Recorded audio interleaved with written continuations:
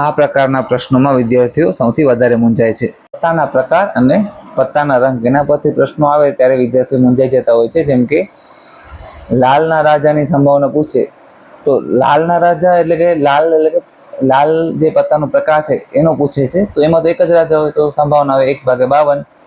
પણ જો લાલ રંગના રાજાની પૂછે તો લાલ રંગમાં બે પ્રકારના પત્તા આવે, લાલનો અને ચોકટનો.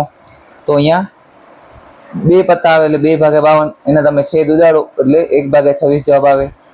હવે એવી જ રીતે મુખ મુદ્રાવાળા પત્તામાં જોઈએ તો કાળા રંગ અથવા તો લાલ રંગના મુખ મુદ્રાવાળા પત્તા પૂછે તો બે પ્રકારના પત્તા છે, તો બંનેમાં 3 હોય એટલે કુલ 6/52 આવે આપણે મુખ મુદ્રાવાળા પત્તાની સંભાવના કોઈ રંગમાં પૂછે તો. અને જો કોઈ એક પ્રકારમાં પૂછે જેમ કે કાળી, ફુલ્લી, લાલ અથવા ચોકટના, તો કોઈ પણ એક પ્રકારમાં 3 પત્તા હોય મુખ મુદ્રાવાળા, ગુલામ, રાણી અને બાદશાહ અથવા તો રાજા. તો ગુલામ, રાણી અને રાજા આ 3 પત્તા હોય એટલે 3/52. તો આ રીતે પત્તાનો પ્રકાર પૂછ્યું છે કે રંગ પૂછ્યું છે એ તમારે ખાસ જોઈ લેવાનું. મતલબ ખાસ તો તમારે રંગ શબ્દ ઉપર ધ્યાન આપવાનું કે રંગ પૂછ્યું છે મતલબ કે બે પ્રકારના પત્તાની વાત થઈ છે, અને એ પ્રમાણે પછી જોઈ લેવાનું કે જવાબ શું આવે. તો એકદમ સિમ્પલ થઈ જશે.